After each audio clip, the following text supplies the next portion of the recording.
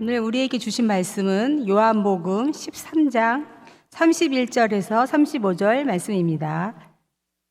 그가 나간 후에 예수께서 이르시되 지금 인자가 영광을 받았고 하나님도 인자로 말미암아 영광을 받으셨도다. 만일 하나님이 그로 말미암아 영광을 받으셨으면 하나님도 자기로 말미암아 그에게 영광을 주시리니 곧 주시리라. 작은 자들아, 내가 아직 잠시 너희와 함께 있겠노라. 너희가 나를 찾을 것이나 일찍이 내가 유대인들에게 너희는 내가 가는 곳에 올 수 없다고 말한 것과 같이 지금 너희에게도 이르노라. 새 계명을 너희에게 주노니 서로 사랑하라. 내가 너희를 사랑한 것 같이 너희도 서로 사랑하라. 너희가 서로 사랑하면 이로써 모든 사람이 너희가 내 제자인 줄 알리라. 아멘. 자, 오늘 말씀은 예수님을 따라라는 제목으로 함께 말씀을 나누고자 합니다. 제가 말씀을 준비하면서 제가 어디서 이 말씀 한번 내가 한 적이 있는 것 같은데라는 생각이 들어서 찾아보니까 한 4년 전에 교사연합 헌신예배 때 똑같은 본문으로 말씀을 전했더라고요. 네, 이게 우연의 일치가 아니라 하나님의 계획인 줄 믿습니다. 제가 다시 설교를 재탕하는 게 아닙니다. 이제 제가 교회 이력에 따라서 설교를 이렇게 말씀을 본문을 정하고 설교를 하는데 원래 교회 이력이 3년에서 4년에 한 번씩 주기로 돌아가거든요. 그러다 보니까 시기가 맞은 것 같습니다. 어쨌든 간에 그때 말씀을 기억하시는 분이 계실지는 모르겠지만 어쨌든 말씀을 나눌 때에 또 다른 은혜와 깨달음이 우리 가운데 있을 줄 믿습니다. 자, 오늘 함께 나눌 말씀은요, 이 예수님께서 제자들에게 새로운 계명을 주시는 그런 장면의 말씀입니다. 자, 34절에 보니까 이런 말씀이 있습니다. 같이 한번 볼까요? 시작. 새 계명을 너희에게 주노니 서로 사랑하라. 내가 너희를 사랑한 것 같이 너희도 서로 사랑하라. 새 계명을 너희에게 주노니 라고 되어 있습니다. 새로운 계명을 준다. 제자들이 지켜야 될 계명을 이제 주시는 거죠. 그 계명이 뭐냐? 서로 사랑하라 라고 하는 계명입니다. 예수님께서 제자들에게 주신 새 계명은 바로 서로 사랑하라 라고 하는 계명입니다.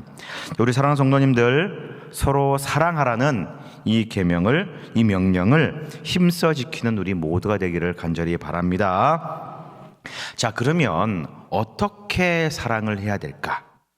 어떤 방식으로, 어떤 형태로, 어떻게 서로 사랑을 하고 이웃을 사랑하고 서로를 사랑하는 것이 예수님께서 말씀하신 이 계명을 지키는 것일까요? 예수님은 그 방법을 아주 간단하게 설명하십니다. 자, 34절 읽은 말씀의 후반부에 보면 내가 어떻게 해요? 너희를 사랑한 것 같이 너희도 서로 사랑하라. 새 계명을 줘서 너희들이 서로 사랑하게 만드는 사랑하라는 건데 어떻게 하면 되느냐? 내가 한 것처럼, 내가 너희를 사랑한 것처럼 너희도 서로 사랑하면 된다라고 그렇게 명령하고 계십니다. 자, 그러니까 예수님의 이 새로운 명령은 아주 간단합니다. 예수님처럼만 사랑하면 됩니다. 예수님의 그 사랑을 우리가 따라서 하면 되는 거잖아요. 좋은 모델이 있으니까 간단하죠? 자, 그러면 예수님께서는 우리를 어떻게 사랑하셨을까? 제자들을 어떻게 사랑하셨는가? 그거 살펴보면 우리가 알 수 있겠잖아요. 알 수 있잖아요. 한번 얘기해 볼까요? 예수님께서 어떻게 사랑하셨는가? 사실 이 성경에 보면 예수님께서 제자들을 어떻게 사랑하셨다라고 하는 내용이 구체적으로 드러나는 것이 많이 없습니다. 그러면 이제 예수님께서 세상에 많은 이 사람들을 어떻게 사랑하셨는가, 그런 모습들을 보면은 알 수가 있겠죠. 자, 성경에 나타난 예수님의 사랑이 어떤 게 있는가? 먼저 우리가 잘 알고 있는 오병이어의 기적. 예수님께서 5,000명 이상을 먹으셨던 그 놀라운 기적 사건이 있잖아요. 근데 그 무리들에게 그런 이 기적과 많은 사랑을 베풀어 주셨는데 거기서 예수님이 뭐라고 말하느냐? 이렇게 기록합니다. 그들을 불쌍히 여기사라고 기록하고 있어요. 그들을 향한 불쌍한 마음, 안타까워하는 그 마음, 사랑의 마음이 없으면 그들을 불쌍히 여길 수가 없잖아요. 자, 그렇게 예수님은 그들을 그런 방법으로, 먹이시는 방법으로 많은 사람들을 사랑하셨습니다. 또 어떤 게 있습니까? 죽은 나사로를 살린 기적도 있으시죠. 죽은 나사로 살렸습니다. 나사로가 죽었다는 소식을 듣고요, 예수님이 눈물을 흘리세요. 눈물을 흘리십니다. 요한복음 11장에 보면 예수님께서 죽은 나사로를 생각하면서 그 소식을 듣고 눈물을 흘리셨다라고 하는 기록이 있습니다. 예수님이 눈물 잘 안 흘리시거든요. 네. 왜 눈물을 흘리셨을까? 사랑하니까. 그죠? 사랑하니까 눈물을 흘리지 않습니까? 나사로를 사랑하셨는데 그가 죽었다고 하니까 슬픈 마음에 눈물을 흘리신 거죠. 그리고 예수님께서 그를 결국 살려주셨습니다. 왜 살려주셨느냐? 사랑하니까. 나사로를 사랑하는 마음 있으시니까 눈물도 흘리시고 그를 살려주시는 기적을 베풀어 주셨던 거죠. 또 뭐가 있죠? 많죠. 그렇게 따지면요, 예수님께서 나병 환자를 고치신 기적의 사건도 있으십니다.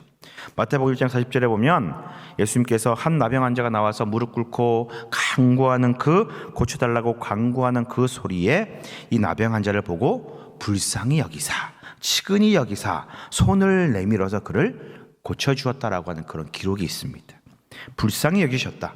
치근함을 가지는 마음, 아끼는 마음, 사랑의 마음이 그 안에 있었다라고 하는 거거든요. 예. 나병 환자를 고친 것도 결국 사랑하기 때문에 고치셨다라는 겁니다. 자, 이렇게 따져보면요, 굉장히 많습니다. 오병이어 말씀드렸는데 칠병이어의 사건도 있고요. 네. 회당장 야이로의 딸을 살렸던 그런 기적도 있고, 나인성의 한 과부의 아들도 고쳐주셨고, 예수님께서 행하신 많은 기적들, 모든 일들, 그 모든 것들이 백성들을, 사람들을 사랑하니까 사랑의 마음을 가지고 그 일들을 행하셨다라는 것입니다.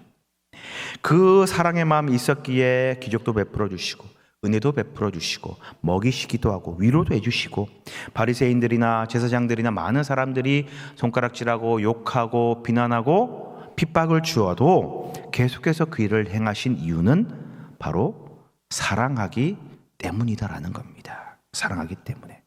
바로 예수님은 이렇게 사람들을 사랑하셨다라는 거죠. 자, 설명을 드렸습니다. 예수님께서 백성들을 어떻게 사랑하셨는가? 줄인 자를, 배고픈 자를 먹이셨고, 아픈 자를 고치셨고, 마음에 상처 입은 자를 위로하시고 상처를 치유하시고, 죽은 자를 살리시고, 그렇게 사랑을 베푸셨습니다. 내가 너희를 사랑한 것 같이 너희도 서로 사랑하라 하셨으니 이제 우리도 예수님처럼 사랑하시면 됩니다. 어떻게 하면 됩니까? 가셔서 병든 자를 고쳐주시면 됩니다. 네, 그죠? 줄인 자를 먹여주시면 되고요. 상처 입은 자를 여러분들이 마음을 위로해 주시면 되고요. 죽은 자 살리시면 됩니다. 자, 간단하죠? 어서 가서 예배 끝나고 속히 가서 병원 가시고 장례식장 가셔가지고 다 살려주시면 될 것 같습니다.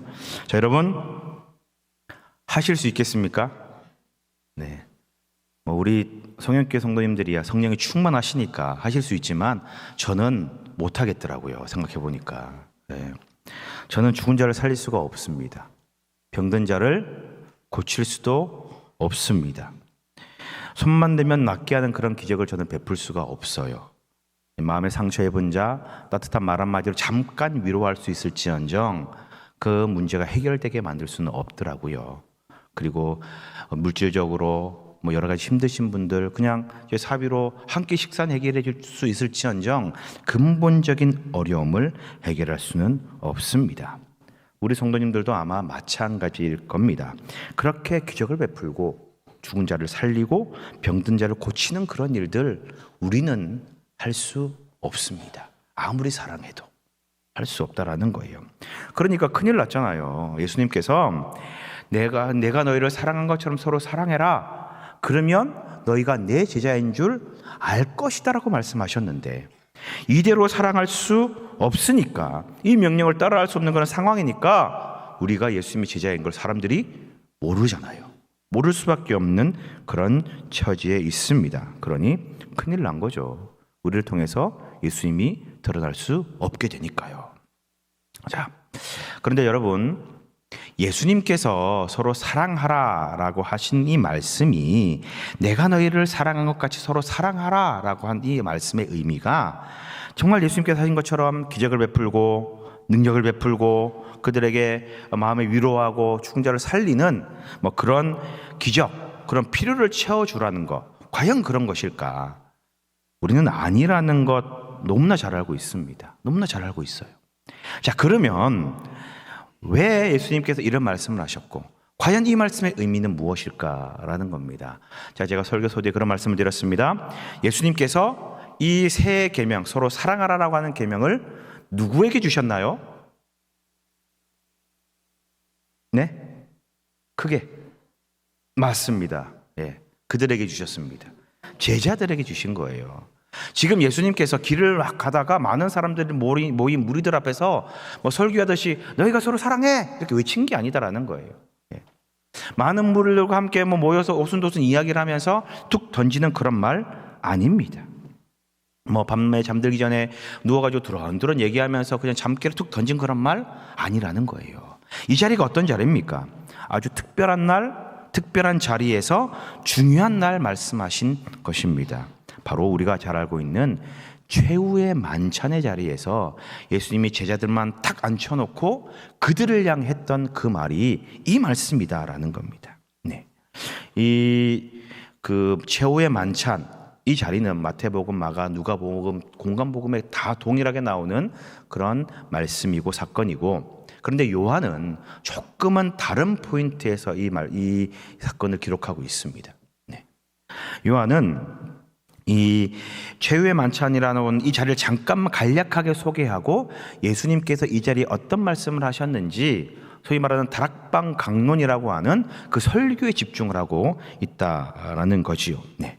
하여튼 이 말씀을 통하여서 이 자리를 통해서 예수님께서는 굉장히 많은 말씀을 하시고 놀라운 이야기들을 꺼내 놓으시게 됩니다. 네. 31절부터 말씀을 우리가 읽었는데 31절부터 33절까지 말씀 읽은 이유가요, 가룟 유다가 예수님의 떡을 받고 난 다음에 그 자리에서 떠난 이후에 하신 말씀이거든요. 그러니까 예수님께서 이제 잡힐 때가 되었고 내가 죽을 때가 되었구나 라는 것을 알고 계신 거예요.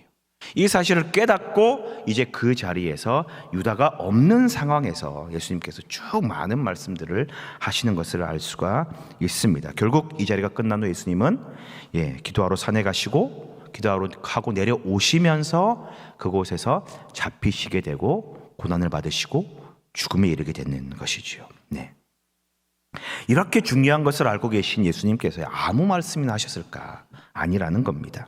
아주 중요한 것, 필요한 것, 그리고 깊은 의미가 있는 말씀을 분명히 하셨을 겁니다. 그게 유명한 다락방 강론이라고 부르는 말씀입니다.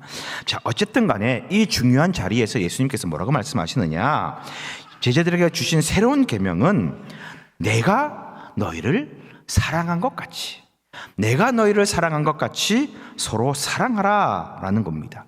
누가 누구를 사랑했다고요? 예수님이 제자들을 사랑한 것 같이 라고 말씀하고 있는 겁니다. 예수님이 제자를 사랑한 것 같이 서로 사랑하면 된다라는 거지요. 네. 내가 세상을 사랑한 것처럼, 내가 일반 사람들을 사랑한 것처럼 그렇게 말씀하지 않으셨습니다. 내가 너희 제자들을 사랑한 것 같이 사랑하라라고 말씀하신 거죠. 제자들에 한하여 제자들에게 국한해서 서로 사랑하라라는 말씀입니다. 네. 다시 정리하면 내가 너희 12명의 제자들을 사랑하고 아낀 것처럼 너희는 서로 그렇게 사랑하라라는 말씀을 하고 있는 거죠. 이것이 내가 너희들에게 주는 새 계명이고 너희가 지켜야 될 계명이다라는 말씀입니다. 자, 그러면 우리는 이 사랑하라고 하는 이 계명을 볼 때에 다시 원점에서 시작해야 됩니다. 예수님께서 제자들을 어떻게 사랑하셨는가? 예수님께서 제자들을 어떻게 사랑하셨는가에 우리는 집중을 해야 되는 거죠. 성경에서 말씀드렸다시피 예수님께서 제자들을 어떻게 사랑하셨다라고 하는 구체적인 내용들, 그런 장면들이 잘 드러나지 않습니다. 생각보다 찾기가 너무 어렵습니다.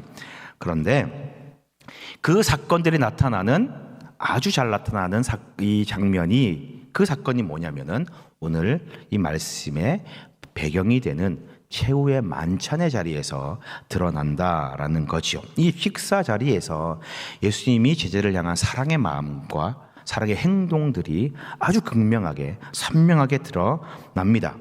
자, 이 자리는요, 꽤 많은 일들이 일어났던 자리입니다. 여러 가지 사건들, 중요한 일들이 굉장히 많이 일어났었습니다. 우리가 때마다 성찬식을 거행하잖아요. 성찬예식을 거행하는데 바로 여기에서 시작되었습니다. 예수님께서 명령으로 이 떡과 잔을 나누는 것에서 시작되었고요. 또 제자들의 발을 씻기는 그 헌신과 섬김의 자리가 이 자리였다라는 것입니다. 이 제자들 중에 논란이 일어납니다. 누가 크냐? 예수님 옆에 앉아서 자가 누구냐? 누가 더 높은 제자고 누가 낮은 제자고 누가 더 크고 작으냐라고 하는 자리 싸움이 나타나는데 그것도 여기에서 일어납니다. 네. 베드로가 예수님을 3번 부인하잖아요. 그것을 예고한 것도 바로 이 자리였다라는 겁니다. 유다가 배신할 것, 그것도 바로 이 자리에서 말씀하십니다. 정말 굉장한 일들이요, 굉장한 말씀들이, 이야기들이 이 자리에서 다 들려지고 선포되어지고 행해졌다라는 것이요. 그리고 이 모든 일들을 다 뒤로 하고 난 다음에, 읽고 난 이후에 예수님이 뭐라고 말하느냐? 서로 사랑하라 라는 말씀을 주시는 겁니다. 결국 이 말씀의 의미는 뭐냐? 내가 이 자리에서 너희들에게 보여주었던 것처럼, 내가 했던 행동처럼 너희가 서로 사랑하라 라는 말인 거예요. 내가 여기서 보여줬던 그 모습 그대로 너희가 서로 사랑하면 된다. 그렇다면 아주 간단해집니다. 우리가 예수님처럼 기적을 베풀 필요도 없고요, 그 사랑을 예수님처럼 그렇게 실천할 필요도 없어요. 그냥 여기에 이 만찬의 자리에 마지막 날 밤에 일어났던 이 예수님의 행동과 모습을 우리가 그대로 행하면 되고 따라하면 되는 거니까 아주 간단해집니다. 자, 보세요. 13장 1절에 보면 이런 말씀이 있는데요, 예수님께서 모든 상황과 자신의 죽음을 다 아시고 난 다음에 끝까지 자신의 사람들을 사랑하시니라 라고 되어 있습니다. 네. 이제 죽음의 자리에 마지막 자리인 것을 아시고 끝까지 그들을 사랑하셨다라고 하는 그런 말씀이 있어요. 그러면서 하신 첫 번째 행동은 뭐냐? 수건을 허리에 차시고 제자들의 발을 씻기시는 일입니다. 이런 섬김을 하시는 후에 이렇게 말씀하십니다. 내가 너에게 행한 것 같이, 내가 너에게 행한 것 같이 서로 너희들에게 이렇게 행하려 하여 본을 보였노라 라고 그렇게 이야기하는 거예요. 본을 보였다, 날 따라하라라는 얘기인 거죠. 서로 발을 씻겨주는 그 섬김을 너희도 서로 해라 라는 말입니다. 그러니 내가 한 것처럼 너희도 따라하면 된다라는 말씀입니다. 그리고 난 다음에 두 번째 행동을 하시는데 바로 떡을 나누시고 잔을 나누시는 이 성찬의 일을 행하십니다. 떡을 떼어주면서 이것은 내 몸이다, 나를 기념하라. 잔을 나눠주시면서 내 피다, 언약의 피니, 이것도 나를 기념, 먹고 마실 때마다 나를 기념하라. 떡과 잔을 나누는 이 성만찬을 이제 여기서 제정하시고 행하셨죠. 이 두 가지를 중심적으로 하셨는데요, 그런데 여기서 하나 더 중요한 행동을 하십니다. 바로 떡을 한 조각 들고 잔에 찍어서 가룟 유다에게 주시면서 어떤 말씀을 하셨다라는 거예요. 이 말씀하시는 장면이 다른 제자들과 구별되는 특별한 행동이었다라는 겁니다.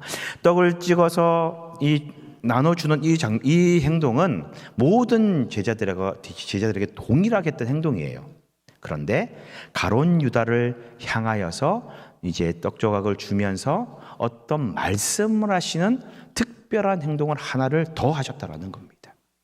이 최후의 만찬 자리에서 예수님은 이렇게 세 가지 행동을 하셨습니다. 그러면서 유다에게 네가 하는 일을 속히 하라라는 말씀을 하시게 되죠. 네.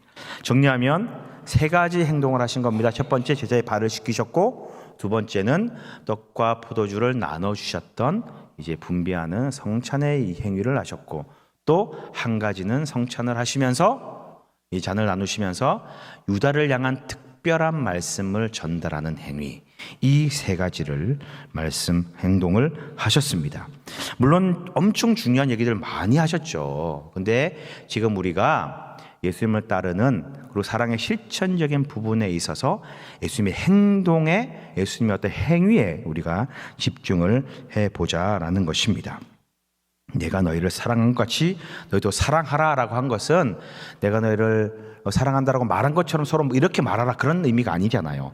행동을 의미하는 거니까 예수님의 행위를 한번 살펴보자라는 겁니다. 어쨌든 이 세 가지를 하셨습니다. 그러면서 말씀하시기를 내가 이렇게 행동했으니까 너희도 그렇게 똑같이 행동하라 라고 하면서 사랑을 실천하라라는 말씀을 하신 겁니다. 결국 이 예수님의 행동, 이 세 가지 일에 사랑의 의미가 내포되어 있다라는 겁니다. 어떤 의미일까? 예수님이 이 행동을 하시면서 이 행위에 어떤 사랑의 의미가 포함이 되어 있을까라는 거죠. 자, 먼저 예수님의 발을 씻기셨습니다. 이 행동, 이건 너무나 잘 알고 있는 그런 일이지 않습니까? 예수님의 섬김이죠. 이것은 개인을 향한 사랑의 실천입니다. 발을 씻기신 것, 개인을 향한 사랑의 실천. 즉 내가 다른 사람을 위해 낮아지고 섬기는 모습의 사랑이라는 거예요. 개개인의 발을 씻기신 것, 즉 내가 타인을 위해 희생하는 것을 의미합니다. 나보다 더 낮은 자, 뭐 서열상으로 훨씬 낮잖아요. 제자들이지 않습니까? 그 발을 씻기는 그런 섬김입니다. 뭐 우리가 너무나 잘 알고 있는 그런 내용이잖아요. 뭐 더 설명할 필요가 없는 그런 내용입니다. 그런데 여기서 잊지 말아야 될 것은 개인을 향한 바로 사랑의 실천이다라는 겁니다. 자, 그러면 예수님께서 성만찬, 떡을 나누시고 잔을 나누셨던 이 만찬은 과연 어떤 사랑의 실천일까? 처음에 개인에 대한 개인을 향한 사랑의 실천이라고 말씀드렸으니 두 번째는 당연히 공동체를 향한 사랑의 실천입니다. 이 성만찬은 공동체를 향한 사랑의 실천입니다. 서로 떡을 나누고 잔을 나눈다. 서로 이런 나눈다라고 하는 것, 이런 나눔은 혼자 할 수 있는 게 아니에요. 내가 누군가와 뭔가를 나눈다 할 때 혼자 있으면 할 수 있나요? 못하잖아요. 누군가가 있어야 되고 공동체가 있어야 되는 거예요. 서로 나누는 겁니다. 떡을 떼고 잔을 나누고 식탁을 나누는 것, 당시 초대교회 예수님 시대에는 혼자 할 수 있는 그런 일이 아니었습니다. 공동체가 서로를 위해 함께 준비하고 함께 해야 되는 일이었다라는 거지요. 이 일을 행하기 위해 같이 준비하는 거예요. 이 일을 행하기 위해 서로 희생해야 되는 겁니다. 때로는 이런 형편을 여러 가지 형편 때문에 준비하지 못하고 이 공동의 식사를 준비하지 못한 그 사람들을 위해 다른 사람이 대신 자기 것을 내놓을 줄도 알아야 되고 자기를 위해 희생할 줄도 알아야 되는 그 공동체를 위한 자기의 희생이 있어야 된다라는 거예요. 그 공동체를 섬기는 겁니다. 예수님께서 보여주신 이 사랑의 실천, 식탁을 나누는 것, 떡을 나누고 잔을 나누는 이 성찬은요, 바로 공동체를 향한 사랑의 실천입니다. 내가 너희를 사랑한 것 같이 서로 사랑하는 그 사랑의 본보기는 예수님이 개인을 섬기는 그 모습과 함께 우리가 속한 공동체, 우리가 속한 그 곳을 위한 사랑의 모습이다라는 것입니다. 네. 자, 이게 두 번째고, 그럼 세 번째 행동, 가룟 유다. 이 유다를 향하여서 떡 한 조각을 찍어서 포도주에 찍어서 건네시면서 어떤 말씀, 네가 하는 일을 속히 하라라고 하는 이 말씀, 했던 이 행동, 과연 이 말씀은 어떤 사랑의 실천인가? 저는 이것이 예수님의 사랑의 실천의 가장 핵심, 가장 중요한 포인트다라고 그렇게 생각을 합니다. 이것은요, 우리가 예수님의 사랑을 실천할 때에 가져야 할 우리의 마음가짐입니다. 마음 자세입니다. 우리는 어떤 마음으로, 어떤 자세로 개인을 섬기고 공동체를 섬겨야 할까라는 거죠. 개인을 섬기고 공동체를 섬길 때 어떤 마음, 어떤 자세, 이것이 무엇인가를 알려주는 그런 내용입니다. 자, 예수님께서는 가룟 유다가 자신을 팔 것을 알고 있었습니다. 그래서 그 일을 생각할 때마다 마음이 너무 아프고 괴로웠다라고 기록하고 있습니다. 이 괴로움을 제자들에게 얘기하고 누군가 자신을 팔 것이다 라고 그렇게 말씀을 하시죠. 네. 그리고 떡과 잔을 나눌 때에 가장 먼저 가룟 유다에게 이 떡을 주셨습니다. 첫 번째 순서가 가룟 유다였었습니다. 그리고 말씀하시면서 이런 말씀을 하시죠. 네가 할 일을 빨리 해라라는 그런 말씀을 하십니다. 자, 우리가 이 일을 좀 쉽게 이 모습, 이 장면을 쉽게 생각할 때에 가룟 유다가 자신을 팔 것을 이제 사람들에게 알려주는구나, 제자들에게 알려주는구나. 이 가룟 유다가 예수님을 이제 넘기겠구나. 이렇게 이해합니다. 그런데 제자들의 반응이요, 좀 재미납니다. 신기합니다. 몰랐다는 거예요. 무슨 말을 하는지 알지 못했다라고 그렇게 반응을 합니다. 그렇게 예수님께서 말씀도 하시고 직접 빵을 찍어서 주면서 네가 할 일을 빨리 하라라고 하셨는데 제자들은 가룟 유다가 예수님을 팔 것을 몰랐던 거죠. 예수님의 이 행동과 말을 이해할 수 없었던 거죠. 왜냐? 말씀드렸다시피 예수님께서 했던 이 행동은 유다에게만 한 게 아니라 모든 제자들에게 다 떡을 나눠주었거든요. 공평하게 다 나눠줬잖아요. 그러니까 순서만 유다가 먼저 받았을 뿐입니다. 모든 자들에게 공평한 행동을 하였기에 특별할 게 없는 그런 행동입니다. 다만 순서입니다. 순서. 누구를 먼저 주고 나중에 주고 그 주면서 어떤 말씀을 하셨느냐, 자기들끼리 다툼이나 분쟁이 일어날 수 있는 요소가 있는 거예요. 그래서 다툼이 일어나잖아요. 어떤 다툼이 일어납니까? 누가복음에 보면 이 일이 있음과 동시에 서로 누가 큰가, 누가 더 큰 제자인가, 이걸 가지고 서로 다퉈요. 예수님이 음식을 나눠주는 그 순서대로, 그 순서에 맞게 더 사랑하는 사람, 덜 사랑하는 사람, 세 번째 사랑하는 사람, 이게 이제 이 제자들의 생각에 인식이 되어 있는 거예요. 그러니까 가룟 유다에게 가장 먼저 주었습니다. 그리고 다른 제자들과 다르게 뭔가를 말씀하시는 거예요. 어떤 말씀을 하신 거예요? 특별한 말씀, 다른 제자들과 다른 뭔가를 하신 거예요. 다른 행위를 하신 거예요. 그러니 제자들이 나보다 얘를 더 사랑하네? 이런 마음이 들고, 나보다 얘를 더 아끼시네? 라고 하는 그런 이 제자들의 마음이 생긴 거예요. 그래서 누가 크냐 누가 작으냐 다툼이 일어나는 겁니다. 여하튼 간에 예수님께서는 자신을 팔 사람이 누군지를 언급하시고 그리고 가룟 유다를 지목하셨습니다. 자신은 알겠죠. 다른 사람들은 몰라도. 유대인들과 바리새인들과 이 가룟 유다가 사전에 했던 모략이 있으니까 대가를 받고 예수님을 넘길 모략을 짰잖아요. 그러니까 어떤 일을 할지 그는 그 마음에 알고 있었다라는 겁니다. 그런데 예수님께서요, 이렇게 말씀하시고 이렇게 행동하시면서 유다만 알도록, 다른 제자들은 모르도록, 다른 사람은 모르고 자신만 알도록 그렇게 유다를 배려하면서 지목했다라는 거예요. 그리고 네가 할 일을 속히 하라라고 말씀하시는데 이게 참 중요합니다. 정확하게 이 말을 헬라어 원문 그대로 해석하면요, 너는 네가 행하는 것을 더 빨리 행하라라는 거예요. 네가 행하는 것을 더 빨리 행하라. 그러니까 이게 능동태 명령법입니다. 능동태 명령법 현재 진행형입니다. 말이 어려운데 지금 계속해서 네가 스스로 뭔가를 하고 있는 그 일을 빨리 하라라는 거예요.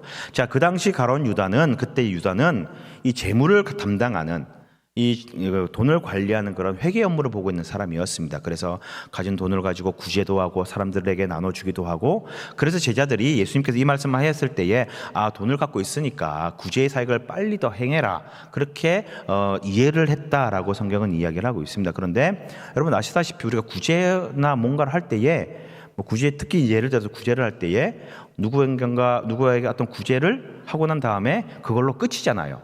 종결입니다. 현재 진행형이 아니에요.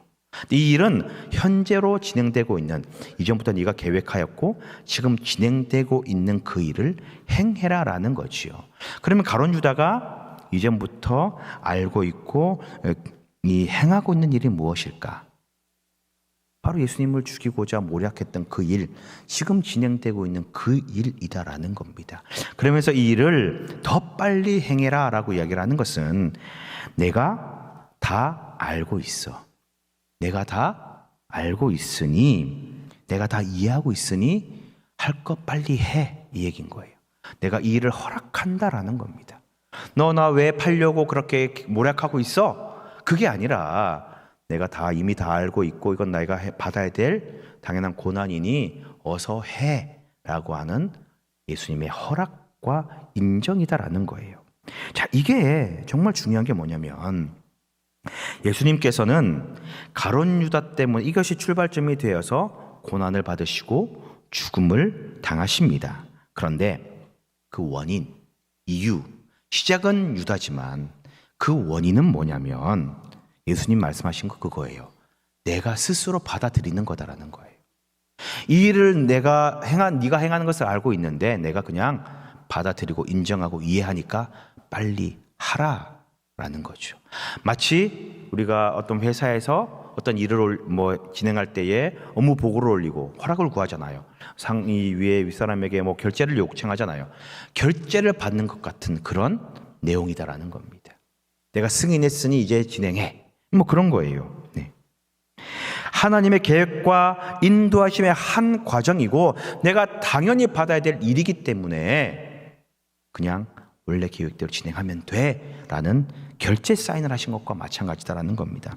결국 예수님은 자신을 판 유다를 향하여서 책망하거나 원망하거나 그에게 어떤 이 분노를 바란 게 아니라 그저 하나님의 계획의 한 부분이요 결국 일어날 일이다라는 것을 깨달으시고 아시고 다 수용하시고 인정하시는 거예요. 예.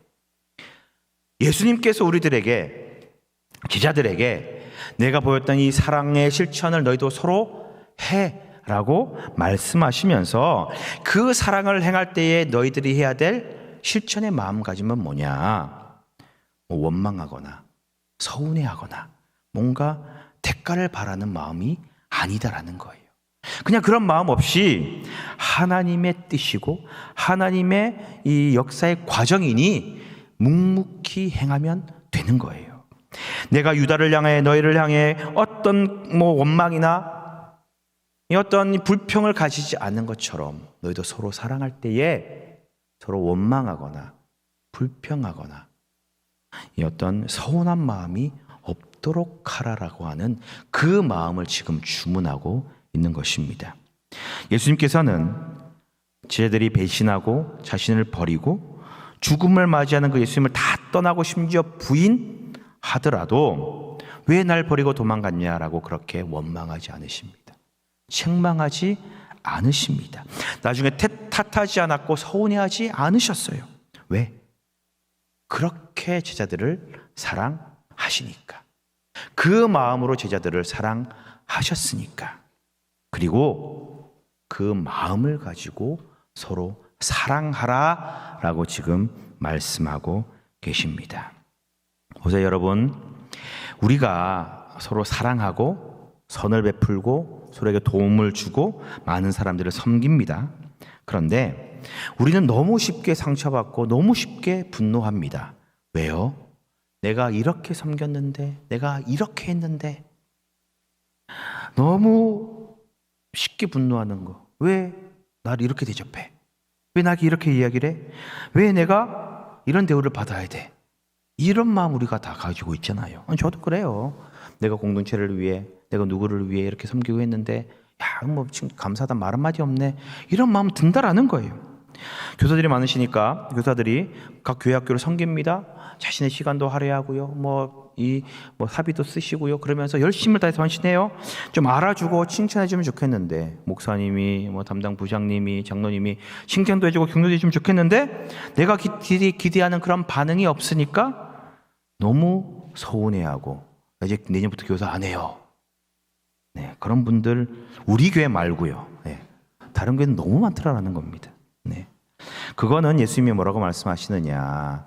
사랑의 실천 아니라는 거예요. 진짜 사랑 아니다라고 말씀하십니다. 그런 마음 가진 사람 내 제자 아니야 라고 말씀하시는 거예요.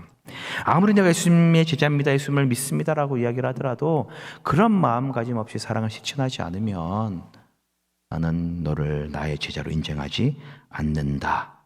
예수님의 제자가 될 수 없다라는 것입니다. 35절의 말씀이 바로 이거를 의미합니다. 같이 읽습니다. 시작. 너희가 서로 사랑하면 이로써 모든 사람이 너희가 내 제자인 줄을. 네, 내가 예수님의 제자가, 예수님을 믿는 사람이야. 예수님의 제자야 말하지 않아도 너희가 서로 사랑하면 너희들의 행동, 너희들의 마음, 너희들의 말, 너희들의 실천들을 보았을 때에 참된 마음과 진실된 마음으로 공동체를 섬기고 개인을 섬기면 너희가 서로 사랑하면 그것으로 모든 사람이 너희가 내 제자인 줄 안다라는 것입니다. 자, 이제 제자들은 예수님과의 이 만찬의 자리 이후에 많은 이야기들을 하면서 많은 것을 깨닫게 되었고 느끼게 되었을 것입니다. 그리고 예수님의 죽으심을 제자들은 맞이하게 됩니다. 예. 당황한 나머지 다 예수님을 버리고 도망가게 되지요. 또한 예수님의 부활도 경험하게 됩니다. 그리고 그 이후에 제자들의 그 삶을 보면 이제 사랑을 받고 사랑을 누렸던 사람들에서 사랑을 실천하고 전하는 사람들로 변화되는 것을 볼 수 있습니다. 이제 이 제자들은 더 이상 이 만찬의 자리에서 예수님의 사랑을 받고 예수님의 섬김을 받았던 그 모습, 서로 누가 크냐 자리를 다투었던 그런 이 옹졸한 마음이 아니라 더욱 겸손하게 자신을 희생하고 공동체를 위해 수고하고 자신을 던진 진짜 사랑의 사람들이 되었다라는 것입니다. 예수님이 사랑을 실천하며 살았다라는 것이지요. 우리 사랑하는 성도님들, 그리고 우리 교사 선생님들, 우리 모두 예수님의 제자들이잖아요. 그죠? 예수님을 따라 살아가고 예수님의 가르침을 받는 제자들 아닙니까? 그러면 예수님께서 보여주셨던 이 사랑의 모습들, 그 본을 이제 우리도 따라가야 하지 않겠습니까? 그렇게 한다면 우리가 예수님을 믿는 자들, 예수님의 제자임을 우리 입으로 말하지 않아도 세상 사람들은 알게 될 것입니다. 그리고 그런 우리의 모습을 통하여 많은 또 다른 예수님의 제자들이 생겨나게 될 줄 믿습니다. 한 사람 한 사람을 정성을 다해 낮은 자세로 섬기는 그 모습, 또한 우리가 속한 공동체, 교회, 기관, 각 부서, 가정, 사회, 직장 등 그 공동체를 위하여 스스로 희생해가며 섬기는 그 모습, 그리고 그런 섬김과 사랑을 실천해 나갈 때에 내가 나타나거나 드러나기보다는 그저 순수하고 진실된 그 마음으로 섬기는 것, 이런 예수님의 사랑, 그 사랑을 실천하면, 그 마음을 우리가 계승하면 우리가 참된 예수님의 제자가 되고 또한 예수님의 사랑을 널리 전하는 우리가 될 줄 믿습니다. 이렇게 예수님의 사랑을 실천하는 우리 모두가 되시기를 주님의 이름으로 축원드립니다. 기도하겠습니다. 사랑의 하나님,